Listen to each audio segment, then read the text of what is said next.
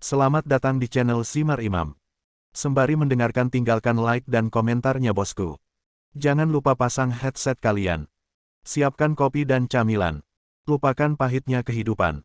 Mari kita dengarkan sambil rebahan. Bab 46, Berapa umurmu?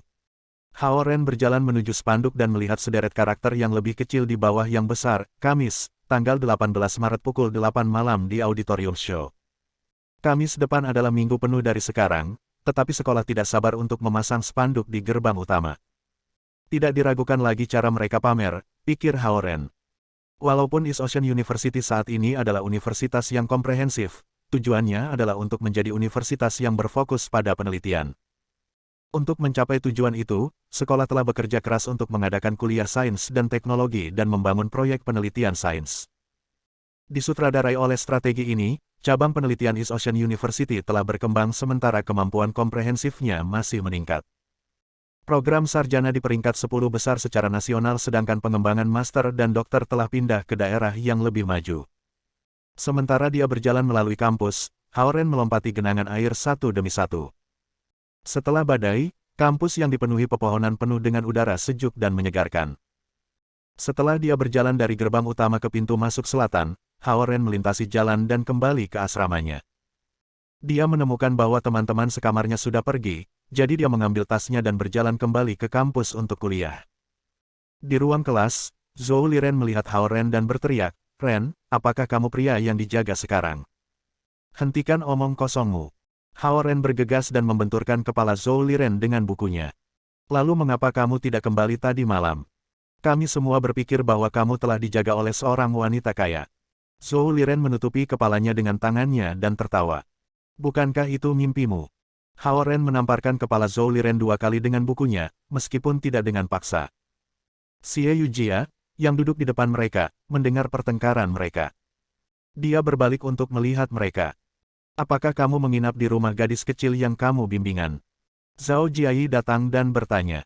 "Ya, aku tidak bisa kembali karena badai dan harus menginap di rumah mereka," kata Hao Ren.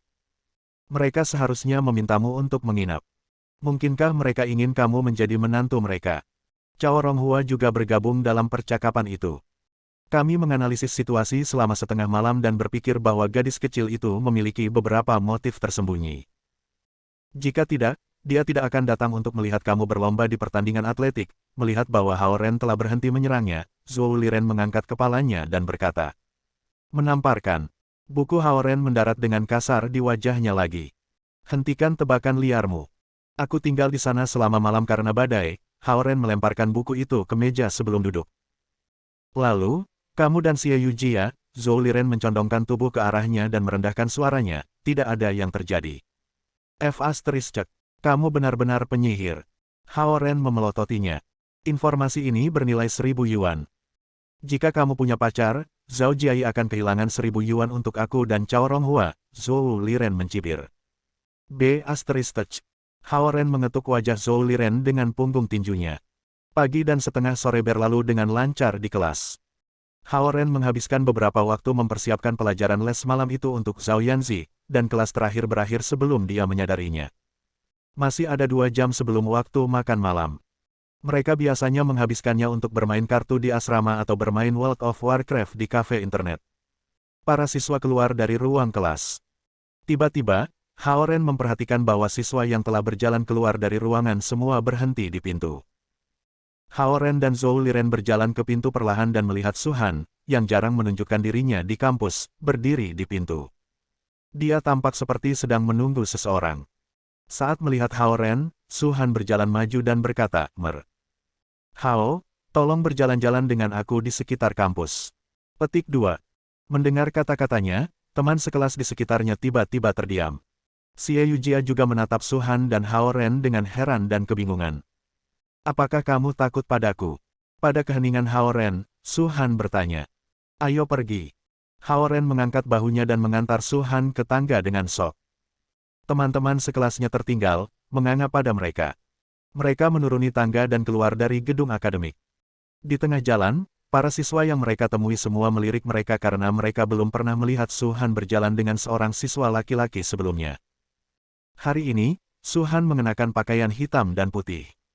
Sweater lengan pendek dengan garis leher berbentuk U menonjolkan leher panjangnya yang elegan dan memamerkan kepalanya yang indah seperti patung. Dia mengenakan gelang retro besar yang membuat lengannya terlihat lebih ramping dan lebih feminin. Hao Ren menatap curiga dari dekat dan bertanya-tanya yang mana dari dua wanita itu, Su Han atau Zhao Hongyu, yang lebih menyukai mode. Ketika dia menoleh, dia melihat Zhou Liren dan yang lainnya dengan diam-diam mengikuti mereka dari kejauhan.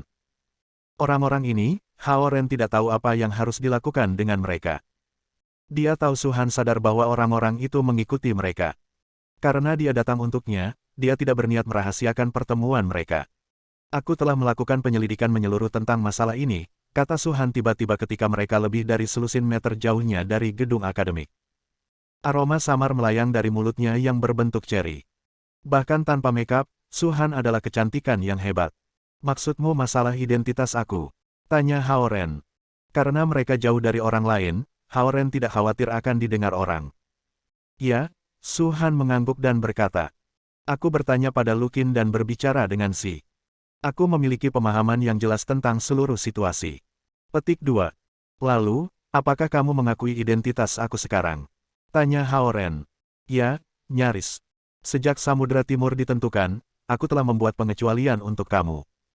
Kamu bukan berasal dari latar belakang ortodoks, tetapi karena keadaan khusus dan desakan orang tua Zi yang merupakan dermawan aku, untuk sementara aku akan memberi kamu kesempatan, Su Han, berjalan dengan langkah-langkah ringan, berkata.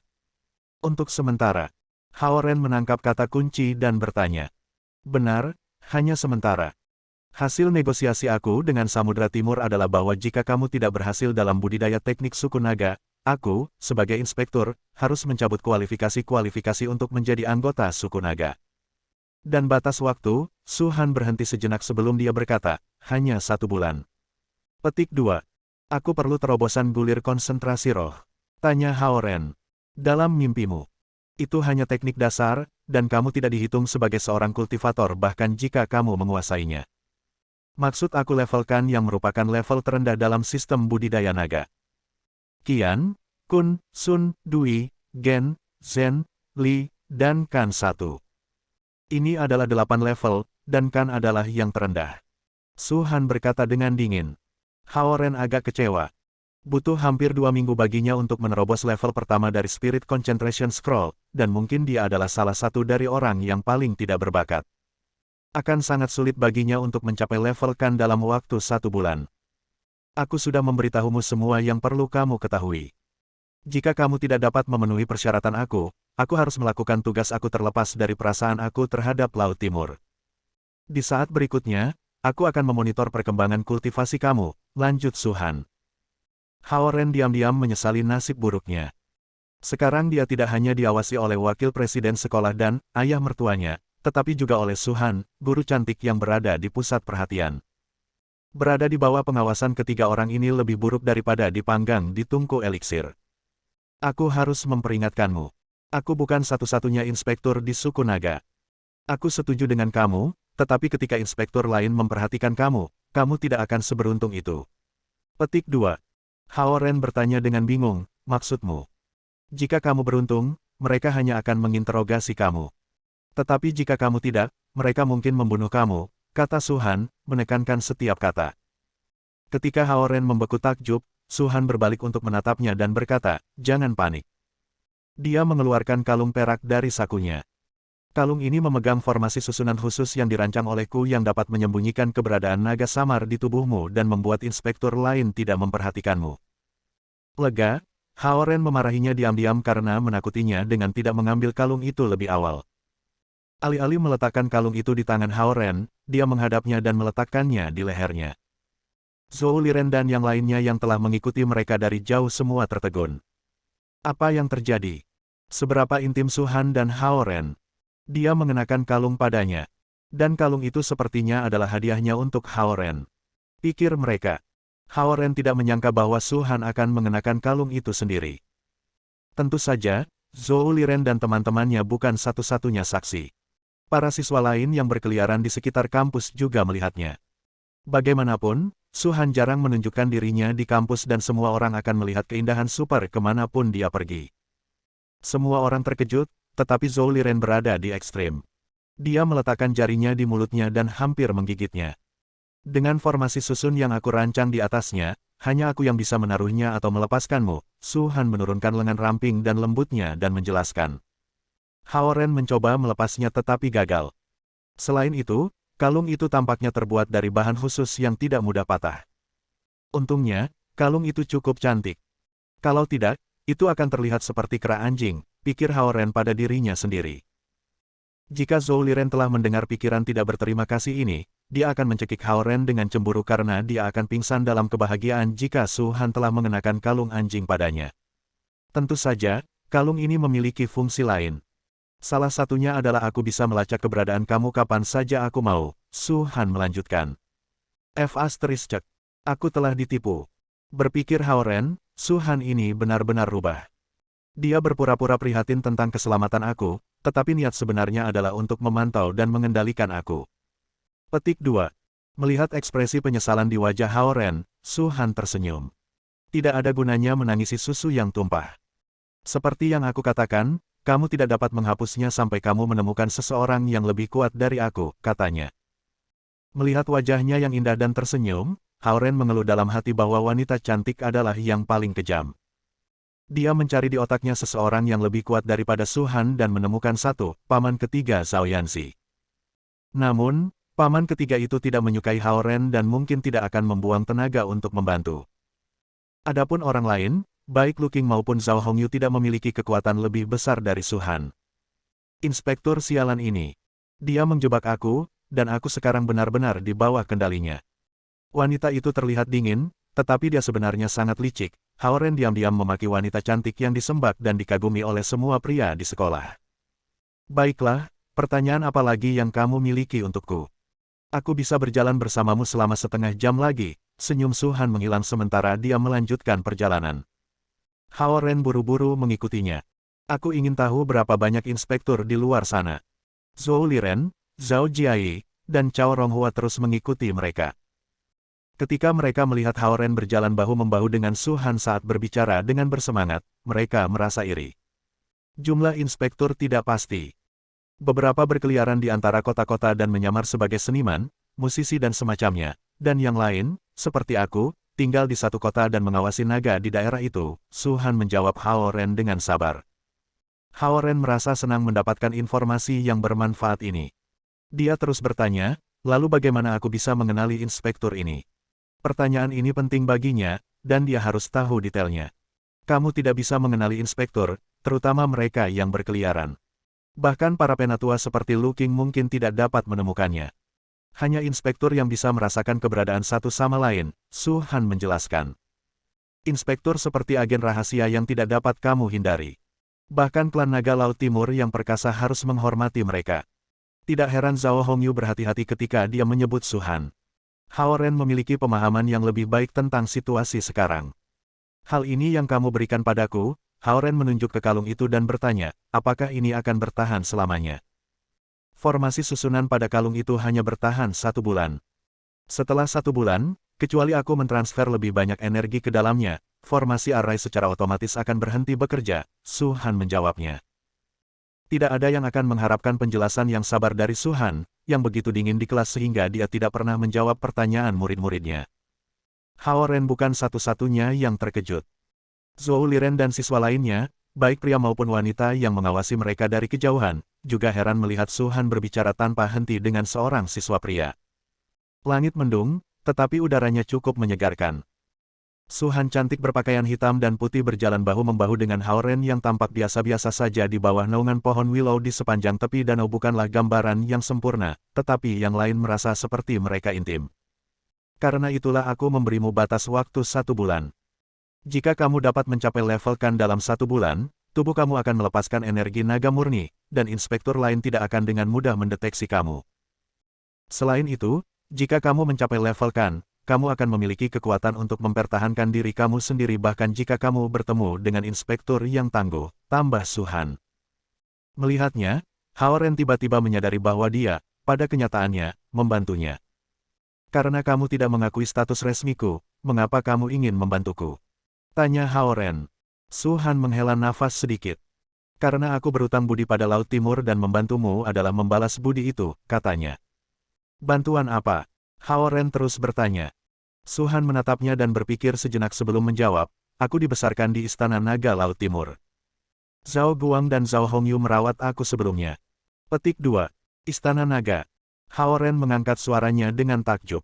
Dia terkejut bahwa itu memang ada. Iya nih. Itu tersembunyi di bawah air Samudra Timur, dan aku pikir Zhao Guang akan membawamu ke sana suatu hari. Sebagian besar penatua Samudra Timur berada di Istana Naga, menjaga tempat itu saat bercocok tanam. Hanya beberapa yang pintar yang ada di kota membantu Zhao Guang, kata Su Han. Perasaan aneh melonjak dalam hati Hao Ren. Dia mengira naga yang disebut itu tampak terlalu biasa dan dengan demikian terkejut bahwa Istana Naga yang legendaris benar-benar ada.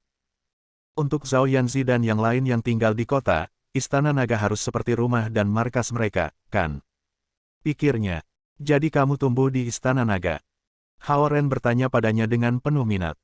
Aku seorang yatim piatu dan diadopsi oleh seorang penatua di Laut Timur. Itu sebabnya aku menghabiskan masa kecil aku di East Dragon Palace, kata Su Han ringan. Ketika dia mengucapkan kata-kata itu, ekspresinya tenang tanpa jejak kesedihan. Setelah beberapa detik mempertimbangkan, Hao Ren bertanya dengan kasar, aku sudah bertanya-tanya, berapa umurmu? Bab 47, Keindahan di Ferrari. Su Han berbalik untuk menatapnya dengan tenang. Namun, rasa dingin di matanya hampir bisa membekukan Hao Ren menjadi patung es. 24, dia menatapnya selama beberapa detik sebelum dia mengatakan usianya. Hao Ren menghela napas dalam-dalam, aku pikir kamu sudah berumur beberapa ratus tahun, gumamnya. Dia hanya mengungkapkan pikirannya dan tidak memikirkan semuanya. Su Han dapat naik level dari level Kan ke level Qian dalam 20 tahun, dan dia adalah apa yang disebut Zhao Hongyu sebagai master tingkat surgawi. Itu menunjukkan betapa berbakatnya dia. Lu Qing, misalnya, berusaha sekuat tenaga dan hanya bisa mencapai level Kun setelah bekerja ke arah itu selama beberapa ratus tahun. Baginya, level Kun sudah menjadi yang tertinggi yang bisa diimpikannya dalam kehidupan ini. Perbedaan kekuatan di antara mereka bukan hanya 1 atau 2 lipatan. Su Han memutar matanya ke arahnya. Meskipun hatinya setenang kolam air, bagaimanapun dia adalah seorang wanita, dan setiap wanita peduli dengan usia mereka. Oke, pertanyaan apa lagi yang kamu punya? Su Han bertanya pada Hao Ren dengan suara dingin. Sebenarnya, Hao Ren ingin bertanya tentang ukuran tubuhnya untuk Zhou Liren. Tapi dia hanya bisa diam-diam bertanya dalam diam untuk menghindari dipukuli olehnya. Dia tidak pernah bisa menanyakan itu dengan lantang. Oh, apakah ada tempat sepi di sekolah di mana aku bisa berkonsentrasi pada kultivasi? Hao Ren tiba-tiba teringat dan bertanya. Dia diinterupsi oleh Zhao Jiai ketika dia akan mencapai terobosan terakhir kali ketika dia berkultivasi di balkon. Itu membuatnya murung selama beberapa hari. Tempat yang tenang, Su Han memikirkannya dan berkata, kamu harus pergi mencari Lu Qing dan meminta kantor cadangan untuk mengolahnya. Itu, agak dramatis, Hao Ren ragu-ragu. Memiliki kantor terpisah sebagai siswa biasa akan segera ditemukan oleh orang lain.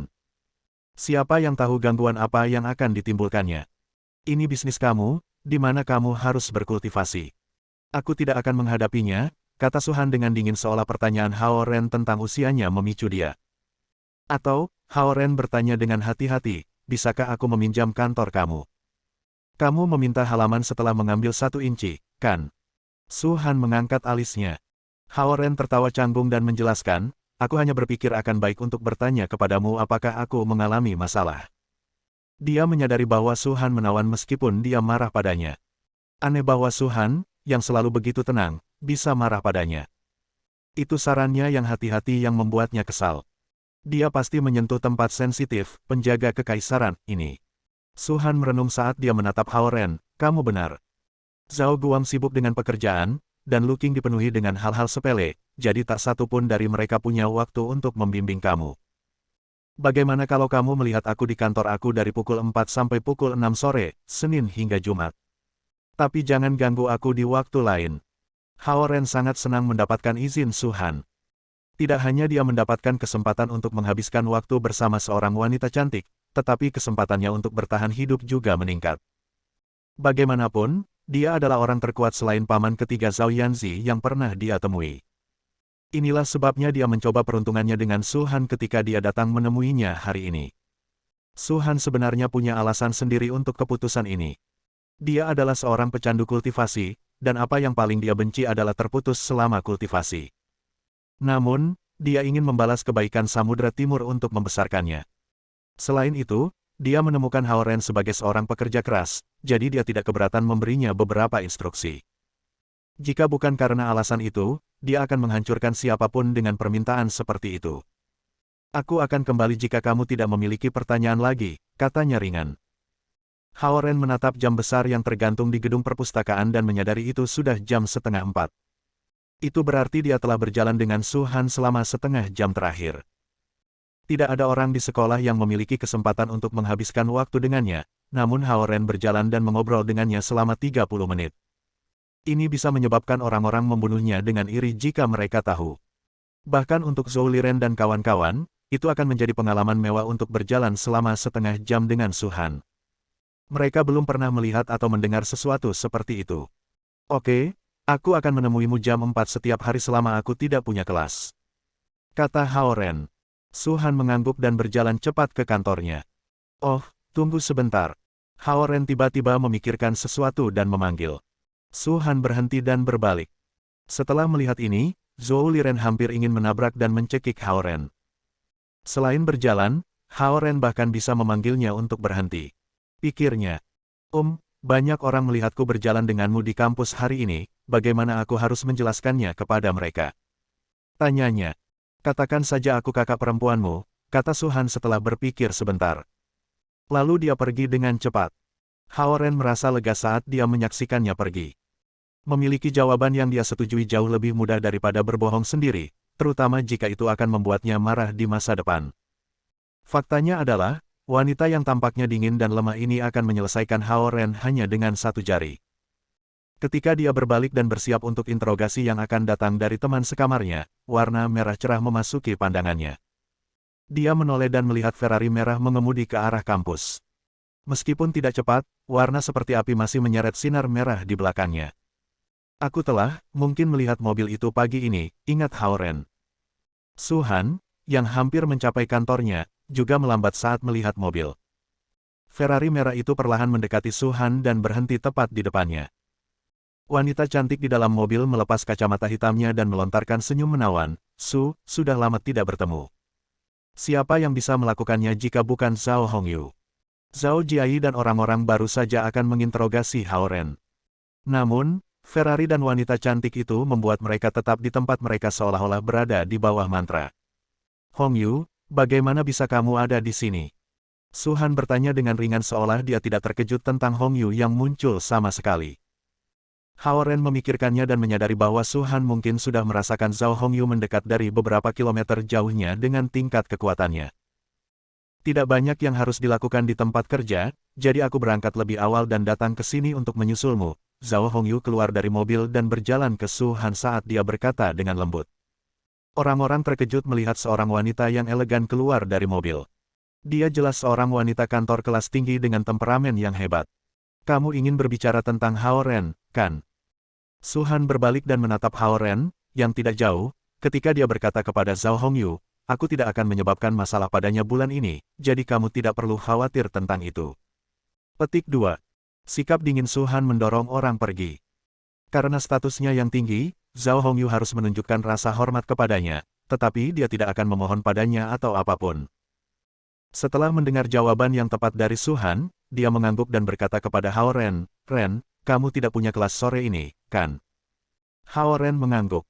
Kalau begitu pulanglah bersamaku. Kita bisa mendapatkan bahan makanan dalam perjalanan pulang. Zhao Hongyu melambai dan memintanya masuk ke dalam mobil. Hao Ren duduk di Ferrari bernilai jutaan dolar.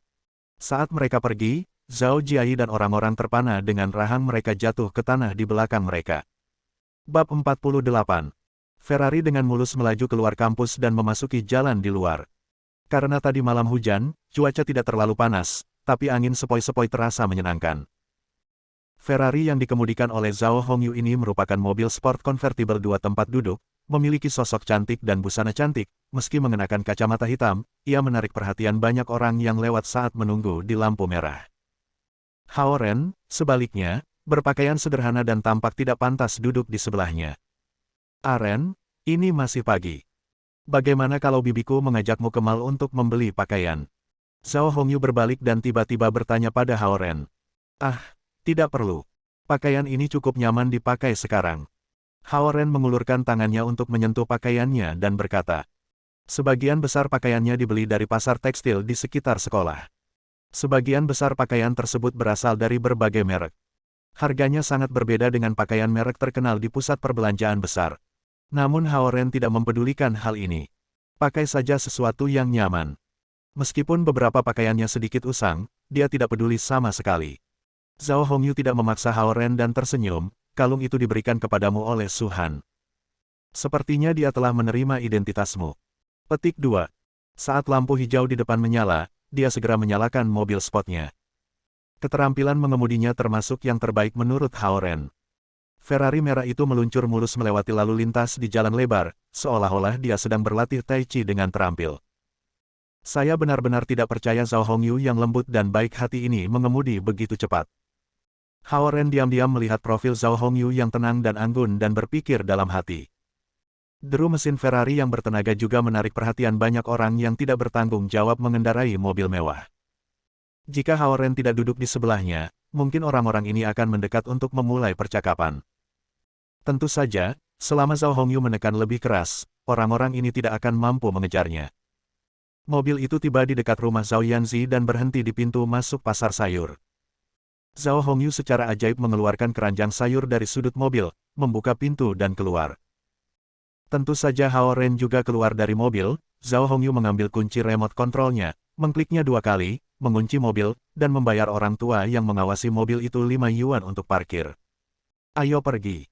Zhao Hongyu berkata dengan lembut kepada Hao Ren, membawa keranjang sayur ke pasar sayur dalam ruangan yang agak redup. Saat mereka masuk, memang ada beberapa anak muda dan parubaya yang penasaran datang untuk melihat Ferrari yang bernilai jutaan dan hanya bisa dilihat di majalah atau di TV ini. Kehidupan macam apa mengendarai Ferrari untuk membeli bahan makanan? Hao Ren mengikuti Zhao Hongyu dengan sesuatu dalam pikirannya. Gadis kecil, kami di sini untuk membeli sayuran lagi. Saat Zhao Hongyu memasuki pasar, beberapa petani sayur atau pemilik toko daging di beberapa kios menyambut Zhao Hongyu. Zhao Hongyu tersenyum pada mereka, membawa keranjang, dan berjalan ke kios sayur terdekat. Paman Liu, bagaimana makanan hari ini? Segar. Benar-benar segar. Baru saja digali dari ladang pada sore hari. Pria berusia 50 tahun itu kata lelaki tua dengan kepala berantakan. Pria itu menepuk dadanya dan berjanji pada Zhao Hongyu. Oke, bawakan aku 2 kentang dan 3 tomat. Ayo pulang dan membuat sup hari ini, kata Zhao Hongyu sambil tersenyum. Baik, saya akan memilih 2 yang terbaik untuk Anda. Pemilik kios tersenyum bahagia, mengambil kentang dan tomat, dan menimbangnya. Totalnya 5 yuan. 3, saya akan menagih Anda 5 yuan. Lalu apa? Permisi. Zhao Hongyu mengeluarkan dompetnya dari pakaian modisnya seperti trik sulap, mengeluarkan 5 yuan, lalu mengeluarkan 3 sen, menaruhnya di timbangan elektroniknya, dan kemudian memasukkan tomat dan kentang ke dalam miliknya. Keranjang sayur. Datang lagi lain kali. Pria itu menyelesaikan bisnis kecilnya dan berteriak gembira kepada Zhao Hongyu. Baik-baiklah. Zhao Hongyu menjawabnya dengan gembira, lalu berjalan ke kedai lain. Nenek Sun, bagaimana buahnya hari ini? Petik 2. Ceri ini baru saja datang hari ini. Enak sekali. Wajahnya penuh kerutan yang tua kata wanita itu kepada Zhao Hongyu. Haha, kalau begitu timbang 2 kilogram untukku. Zhao Hongyu mengambil tas itu, menaruhnya di dalamnya, berbalik dan bertanya pada Hao Ren, buah apa yang ingin kamu makan? Atau jenis sayuran apa yang ingin kamu makan di malam hari? Tanda tanya petik 2. Tidak apa-apa, Bibi, kamu bisa membelinya sendiri. Tidak apa-apa, kata Hao Ren malu-malu. Siapa ini? Aku belum pernah melihatnya sebelumnya, tanya wanita tua penjual buah sambil menimbang porsinya. Keponakan jauhku, jawab Zhao Hongyu. Oh, pemuda itu sangat tampan, wanita tua itu memandang Hao Ren dan berkata. Ini adalah pertama kalinya Hao Ren dipuji karena cantik dan dia merasa malu. Setelah membeli buah-buahan, Zhao Hongyu mengajak Hao Ren untuk membeli daging, tepung, dan sayuran lainnya. Setiap pemilik kios menyambut Zhao Hongyu dengan antusias, dan Zhao Hongyu mengobrol dengan mereka sambil membeli sayuran. Obrolan ringan.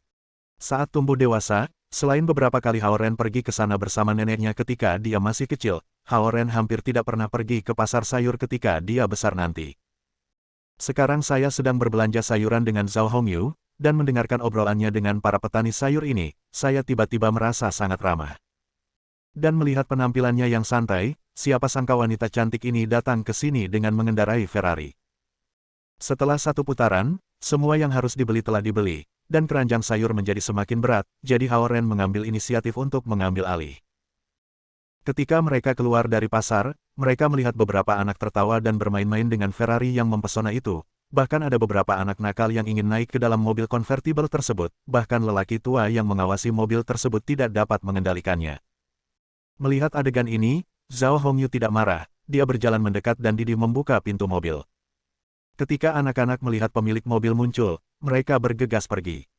Zhao Hongyu tersenyum tak berdaya, masuk ke dalam mobil, dan melambai kepada Hao Ren, masuk ke dalam mobil. Hao Ren membawa keranjang sayur dan masuk ke dalam mobil.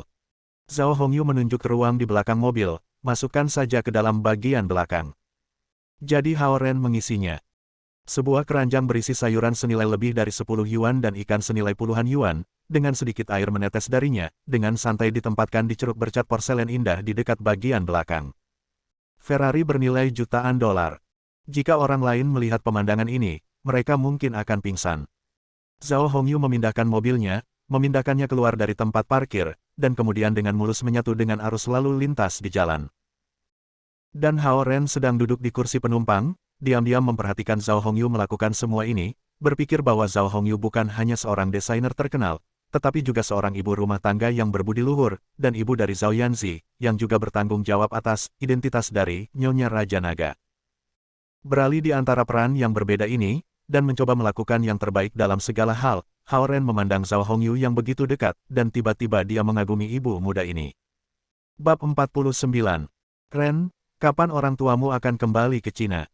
Zhao Hongyu bertanya pada Hao Ren tanpa diduga saat mengemudi. Hao Ren berhenti sejenak dan menjawab, aku tidak yakin. Zhao Hongyu, yang tampaknya bisa membaca pikirannya, berkata, kamu tidak akan memberitahuku bahkan jika kamu tahu, kan? Wajah Hao Ren berubah canggung. Sebenarnya, dia tidak ingin berbicara tentang masalah Zhao Yanzi. Pertama-tama, dia tidak yakin apa yang akan dipikirkan orang tuanya. Kedua, dia tidak merasa masalah ini cukup konkret untuk disebutkan. Baik, aku tidak akan menyulitkanmu, Zhao Hongyu tersenyum penuh pengertian dan berkata, kami akan menemukan kesempatan untuk membicarakannya setelah orang tuamu kembali.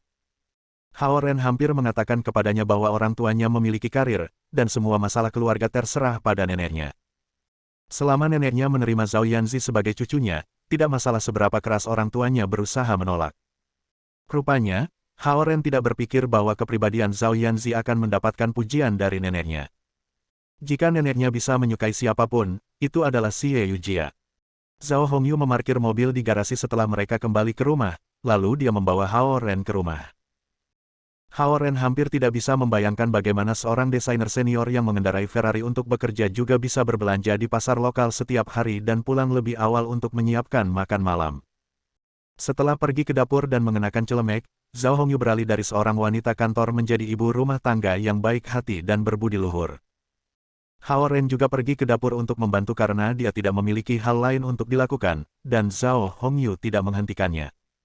Dalam beberapa saat, Zhao Yanzi sampai di rumah. Dia dengan santai menyapa ibunya dan Hao Ren ketika dia melihat mereka di dapur, dan dia naik ke atas untuk mengerjakan pekerjaan rumahnya. Setelah beberapa saat, Zhao Guang juga pulang kerja. Dia melihat Hao Ren di dapur membantu Zhao Hongyu mencuci sayuran dan memotong daging. Dia mengangguk setuju dan kemudian kembali ke ruang belajarnya untuk mengurus lebih banyak bisnis. Di dalam rumah berlantai 2 yang terlihat biasa ini, Zhao Yanzi berada di kamarnya mengerjakan pekerjaan rumah dengan menyedihkan. Zhao Guang serius meninjau beberapa dokumen di ruang belajarnya. Zhao Hongyu berdiri di depan makanan memasak panci, dan Hao Ren ada di samping Zhao Hongyu menyiapkan hidangan berikutnya. Seluruh suasana begitu harmonis seolah-olah mereka adalah keluarga nyata. Hidangan lezat dibawa ke meja makan satu persatu. Mendengar panggilan Zhao Hongyu, Zhao Yanzi menyingkirkan pekerjaan rumahnya dan dengan senang hati turun untuk makan malam. Zhao Guang juga keluar dari ruang belajarnya dan terus berjalan menuju meja makan. Mereka berempat duduk di sekitar meja makan, menikmati hidangan lezat bersama. Selama makan malam, Zhao Hongyu terus berbicara dengan baik tentang betapa perhatiannya Ren Hao dan betapa baiknya dia dalam pekerjaan rumah tangga, dan itu membuat Zhao Yanzi cemberut karena cemburu. Tidak hanya Zhao Hongyu tetapi juga Zhao Guang yang mengamati Hao Ren merasa lebih dan lebih puas dengan menantu yang telah ia pilih ini. Zhao Yanzi adalah satu-satunya yang masih memiliki permusuhan berat terhadap Hao Ren. Dia benar-benar tidak suka perasaan ketika dia berpikir tentang menikahi pria yang pandai menyanjung orang tuanya. Namun, ketika dia memikirkan presiden kelas cantik di kelas Hao Ren, dia tidak mau memberikan Hao Ren. Dia percaya bahwa ketua kelas akan mengambil Hao Ren jika dia tidak menginginkannya. Seperti biasa, Hao Ren harus mengajari Zhao Yanzi setelah makan malam. Dia menghabiskan 1 jam secara sistematis menjelaskan konsep-konsep bahasa Inggris yang penting kepadanya dan 1 jam lagi untuk menyelesaikan masalah dalam mata pelajaran lain. Dia tidak lagi menemukan pertanyaan yang diberikan oleh Zhao Yanzi tidak dikenal atau sulit karena dia sudah membaca beberapa buku pelajarannya tadi malam. Dia memecahkan banyak pertanyaan terus-menerus, dan itu sangat mengesankan Zhao Yanzi. Orang ini tampaknya memiliki otak yang cerdas, diam-diam menatap dahi bulat dan halus Hao Ren, Zhao Yanzi menyimpulkan. Dia paling membenci orang bodoh, tapi sepertinya Hao Ren bukan tipe itu. Sesi les 2 jam sudah berakhir, dan Hao Ren harus kembali. Zhao Guang menawarinya tumpangan, tapi Hao Ren menolaknya. Dia mengemasi bahan pelajarannya dan berencana untuk memanggil taksi. Dia tidak ingin menyusahkan Zhao Guang setiap saat. Zhao Yanzi tiba-tiba bergegas turun ketika Hao Ren hendak berjalan keluar. Dia menyerahkan beberapa buku kepada Hao Ren dan berkata, "Aku tidak membutuhkannya besok, jadi kamu bisa membawa mereka untuk kamu baca. Ingatlah untuk membawa mereka kembali besok." Petik 2.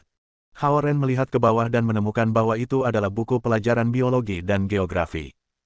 Melihat Hao Ren menatapnya, wajah Zhao Yanzi memerah.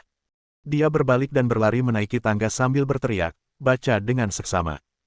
Baca dengan serius. Itu salahmu jika aku salah pertanyaan." Petik 2. Gadis ini, Zhao Hongyu, yang berdiri di pintu dengan Hao Ren, menggelengkan kepalanya dan tersenyum, "Aku akan memintanya untuk memintamu keluar. Jangan khawatir. Aku akan kembali sekarang. Paman tidak perlu mengusirku kembali." "Aku tahu dia sangat sibuk dengan pekerjaan." Hao Ren melambaikan tangannya di pintu sebelum dia berbalik dan berjalan ke jalan. Zhao Hongyu mengangguk dengan gembira, merasa semakin puas dengan Hao Ren. Ketika Hao Ren berada di taksi menuju ke universitas, dia tiba-tiba menyadari bahwa gadis kecil Zhao Yanzi tidak pernah memanggilnya dengan namanya. Itu entah, "Hei, ini," atau "itu." Betapa gagalnya. Begitu dia kembali ke asrama dan melangkah ke lantai 3, dia mendengar seseorang berteriak, "Hao Ren sudah kembali." Segera setelah itu berteriak, semua orang bergegas keluar dari asrama mereka seolah-olah mereka baru saja mendengar ada keadaan darurat. Mereka mengepung Hao Ren dan mulai membombardirnya dengan pertanyaan mereka. "Apa hubunganmu dengan Su Han? Dia benar-benar mengenakan kalung itu untukmu, kita semua melihat itu. Itu kalungnya, yang ada di lehernya. Izinkan aku melihat. Izinkan aku melihat." Sambil memegang kantong plastik dengan semua bahan pelajaran di dalamnya, Hao Ren dikelilingi oleh mereka dan tidak dapat bergerak dengan satu langkah pun. Mereka begitu tertarik pada kalung itu sehingga mereka mencoba meraihnya satu persatu. Untungnya kalung ini terbuat dari beberapa bahan khusus yang dapat menanggung semua tarikan dan tarikan. Namun, leher Hao Ren tidak bisa menahan tarikan yang menyakitkan lagi. Dalam situasi ini, tidak ada yang bisa mengatakan dengan pasti bahwa beberapa dari mereka tidak melakukannya karena cemburu dan tidak ingin mengambil kesempatan ini untuk membalas dendam. "Minggir, bergerak." Pada saat kritis ini, Zhao Jiayi muncul bersama Zhou Liren dan Cao Ronghua untuk menyelamatkan Hao Ren. Mereka menyelamatkan Hao Ren dan membawanya kembali ke asrama mereka seolah-olah mereka sedang menjaga seorang kaisar. Ketika mereka menutup pintu, orang-orang dari asrama lain tidak menyerah begitu saja dan terus mendobrak pintu seperti orang gila. Berita tentang Su Han memberimu kalung itu sudah menyebar ke seluruh universitas. Ini jelas berita baru. Kamu kacau, kawan. Mendorong Hao Ren ke kursi, kata Zhao Jiayi sambil menatap Hao Ren. "Apa-apaan? Itu hanya kalung yang diberikan oleh Su Han, bagaimana itu bisa menjadi berita besar?" Tanya Hao Ren sambil menggosok lehernya yang berdenyut. "Jangan mencoba berdalih. Pernahkah kamu melihat Su Han memberikan kalung kepada pria lain? Ditambah lagi, apakah kamu tahu apa berita terbesarnya?"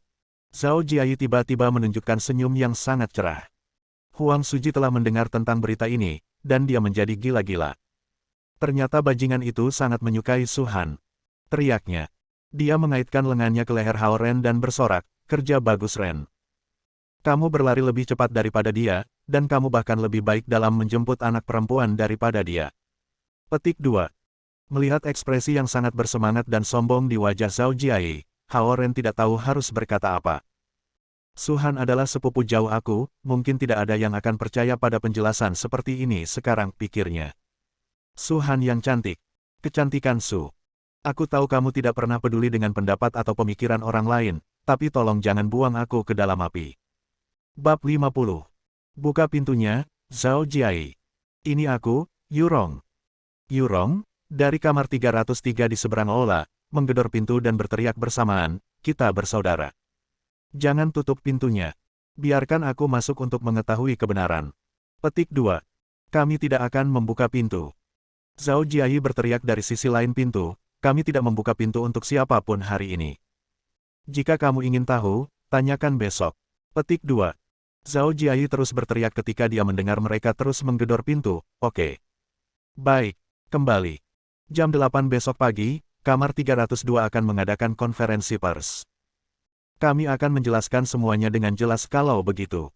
Petik 2. Masih ada banyak suara di luar ketika mereka mendengar kata-kata Zhao Jiai. Namun, semua orang di luar benar-benar bubar setelah mendengar jawaban. Lorong-lorong asrama masih dipenuhi dengan diskusi tentang insiden itu, tetapi situasi keseluruhan mulai mereda. Manajer asrama perempuan itu akhirnya merasa lega karena dia akan memanggil keamanan untuk mengendalikan situasi. Kita semua berada di kamar asrama yang sama, Ren. Katakan yang sebenarnya, apa hubungan antara Su Han dan kamu? Zhao Jiai menghadap Hao Ren dan bertanya ketika suara-suara itu berhenti di luar. Cao Ronghua dan Zhou Liren juga menyeret dua kursi dan duduk di seberang Hao Ren. Dua dari mereka dan Zhao Jiai mengepung Hao Ren dan akan memulai interogasi. Su Han adalah sepupu jauh aku, kata Hao Ren tanpa daya. Kenapa kamu tidak pernah menyebutkan ini kepada kami sebelumnya? Zhao Jiai segera mendeteksi cacat dan bertanya. Hao Ren berpikir sebentar dan berkata, aku baru tahu baru-baru ini juga. Seorang kerabat datang dari luar negeri dan mentraktir aku makan. Zhao Jiai mengangkat tangannya dan berkata, oke. Alasan ini sudah usang. Bagaimana kamu memiliki begitu banyak kerabat? Apakah kepala sekolah kamu juga kerabat? Petik 2. Hao Ren tidak bisa menjawab tetapi tersenyum pahit. Wakil kepala sekolah entah bagaimana memiliki hubungan denganku, dan kamu mendapatkan setengah dari hak itu, pikirnya. Tentu saja, Zhao Jiai dan dua lainnya mengenal Hao Ren selama 2 tahun dan pasti tidak akan berpikir bahwa Hao Ren berasal dari keluarga kaya dengan latar belakang yang signifikan. Zhao Jiai berpikir sejenak dan berkata, bagaimanapun, itu adalah fakta bahwa banyak orang melihat Su Han mengenakan kalung untukmu. Bahkan jika dia adalah sepupu kamu, orang tidak akan membelinya. Lebih baik bagi kamu untuk diam dan menerima rumor dan klaim yang meragukan, atau kamu akan membuat lebih banyak kesalahpahaman. Petik 2. Dia terus menganalisis, situasi seperti sekarang adalah bahwa kecuali Su Han menjelaskan semuanya sendiri, mereka tidak akan percaya apapun yang kamu katakan. Yup. Cao Ronghua dan Zhou Liren berdiri di samping Zhao Jiai dan setuju dengan apa yang dia katakan. Mustahil Su Han akan menjelaskan jenis kekacauan ini untukku. Aku ragu bahwa dia akan peduli walaupun api membakar rumahnya selama itu tidak mempengaruhi kultivasinya, pikir Hao Ren pada dirinya sendiri. Jadi, mari kita umumkan ini besok, kamu dan Su Han berhubungan baik, tetapi tidak persis seperti yang mereka pikirkan. Bagian penting dari pernyataan ini adalah untuk mengecewakan Huang Suji. Setelah itu, ketika kamu memiliki kesempatan untuk memperlakukan Su Han untuk makan malam, kami juga akan ikut dan mengenalnya. Zhao Jiai menindaklanjuti dengan saran itu perlahan-lahan. Apa-apaan? Itulah yang kalian tuju. Hao Ren mengerti apa yang sedang terjadi saat dia mendengarkan sampai akhir. Baik, kita akan bicara tentang memperlakukannya untuk makan malam nanti. Zhao Jiai tidak ingin mengejutkan Hao Ren dan dengan cepat menambahkan. Hao Ren memandangi mereka dan tahu bahwa ketiga orang ini tidak baik. Bagaimanapun, mereka ingin memanfaatkan koneksinya untuk mendekati Su Han. Namun, Hao Ren ingin melihat Huang Suji frustrasi. Dia juga mengerti mengapa Huang Suji memprovokasi dia sebelum pertandingan atletik. Fakta bahwa Su Han memanggil Hao Ren ke kantornya menyebabkan Huang Suji sangat marah. Menurutmu kau bisa mengejar Su Han sebagai putra wakil wali kota? Kamu pikir Su Han hanya dosen biasa? Pikir Hao Ren. Dia tahu bahwa banyak siswa tahun ketiga dan keempat mengejar Su Han di depan umum atau secara pribadi. Dia juga tahu bahwa beberapa siswa tahun pertama dan kedua yang terobsesi dengan diri sendiri dan memiliki latar belakang keluarga yang kaya ingin mengejar Su Han juga. Bagaimanapun, Su Han cantik dan dunia lain. Selain itu, dia hanya 2 atau 3 tahun lebih tua dari mereka, dan dia benar-benar terlihat jauh lebih muda daripada siswa perempuan tahun ketiga dan keempat. Namun, dia tidak tahu bahwa Huang Suji telah mengejar Su Han yang tidak dapat didekati ketika dia belum lulus dan merupakan gadis paling populer di East Ocean University. Meskipun upaya Huang Suji, Su Han mengabaikannya. Selain itu, karena dia tidak tinggal di asrama dan sulit ditemukan, ini membuat pengejaran Huang Suji berakhir tanpa hasil. Dia awalnya berpikir bahwa dia tidak akan bisa melihat keindahan ini lagi setelah Su Han lulus. Tanpa diduga, Su Han memilih untuk tetap di Universitas Samudra Timur sebagai dosen biasa, dan ini memungkinkan Huang Suji untuk melihat harapan lagi. Pengejaran Huang Suji atas Su Han terjadi sebelum pendaftaran Hao Ren, dan dia menyembunyikan kegagalannya dengan sangat baik. Karena itu, Zhao Jiayi dan para siswa junior sangat terkejut ketika mereka mengetahui bahwa Huang Suji menyukai Su Han. Huang Suji mengejar Su Han selama bertahun-tahun dan bahkan tidak menerima tanggapan, tetapi Hao Ren, seorang siswa baru, mendapatkan perhatian Su Han. Bagaimana mungkin Huang Suji tidak marah? Gadis paling populer saat ini di sekolah, Lin Li, yang mendapatkan gelarnya dari HIP dan berita utama, jauh lebih buruk daripada Su Han. Juga, Zhou Liren bertanya, siapa wanita yang mengendarai Ferrari untuk menjemputmu hari ini? Dia sangat cantik, dia juga tampak lebih cantik dan lebih dewasa daripada Su Han. Ren, beritahu kami, apakah kamu memiliki ibu gula? Kamu bahkan tidak kembali ke asrama beberapa hari yang lalu. Ketika dia terus berbicara, ekspresinya menjadi lebih buruk. Hao Ren dengan cepat menutup mulutnya dengan satu tangan ketika tangan lainnya membentuk kepalan tangan dan memukul kepalanya. Dia adalah ibu muridku. Hentikan pikiran kotormu. Dia memarahi. Zhou Liren dipukul, tetapi dia tidak mundur. Sebagai gantinya, dia lebih dekat dengan Hao Ren, menggosok kedua tangannya, berkata dengan nada cabul, Saudara Ren. Saudara Ren. Aku tidak tahu kamu sangat pandai mendapatkan anak perempuan. Ajari aku beberapa trik. Petik 2. Tersesat. Hao Ren menendangnya. Keesokan paginya, Kamar 302 mengadakan konferensi pers seperti yang dijanjikan. Sebagai juru bicara resmi, Zhao Jiayi mengangkat kedua tangannya dan berdiri di titik tertinggi di kamar, tempat tidur atas dekat dengan balkon. Hao Ren menyilangkan kakinya dan duduk di tempat tidur atas, dan Cao Ronghua dan Zhou Liren berusaha menjaga ketertiban di bawah. Orang-orang penasaran lainnya berdiri di ruangan sempit, menatap Zhao Jiayi dan Hao Ren di sandal mereka. Apa konferensi pers ini? Tidak peduli bagaimana orang melihatnya, pemandangan itu mirip dengan pekerja migran yang berkumpul untuk meminta gaji mereka. Zhao Jiayi memanfaatkan seni bahasa dengan baik dan menunjukkan bahwa hubungan Hao Ren dan Su Han sedang berkembang dalam arah yang baik. Dia juga menarik emosi orang-orang dan mengatakan bahwa jika Hao Ren dan Su Han berhubungan baik, Su Han akan sering datang ke asrama, terutama lantai 3.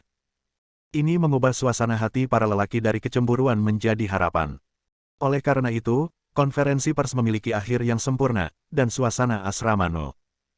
7 sangat harmonis. Akibatnya, para lelaki itu mencuci muka, menyikat gigi, atau kembali ke kamar untuk tidur lebih banyak. Keempat orang di kamar asrama Hao Ren pergi ke kelas bersama karena hari ini adalah hari Kamis. Setelah matematika lanjut, itu adalah ceramah Su Han tentang pengolahan sinyal optik yang lemah. Dibandingkan dengan sebelumnya, orang-orang lebih bersemangat hari ini karena mereka ingin melihat bagaimana Su Han akan memperlakukan Hao Ren. Namun, untuk kekecewaan mereka, Su Han sedingin sebelumnya dalam ceramah 2 jam dan tidak melakukan kontak mata dengan Hao Ren. Setelah ceramah, Su Han mengemasi catatannya dan pergi seperti biasa.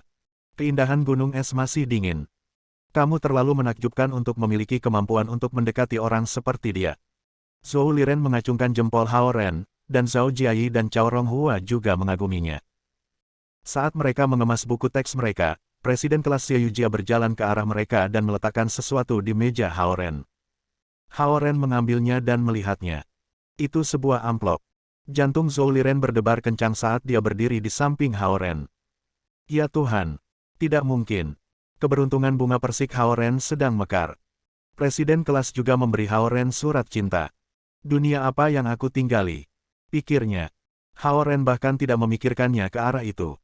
Sambil bingung, Haoren membuka amplop di depan Xie Yujia dan mengeluarkan selembar kertas. Hanya ada beberapa kata di atasnya. Sampai ketemu di lapangan jam 8 malam. Huang Suji. Bersambung. Nantikan bab selanjutnya bosku.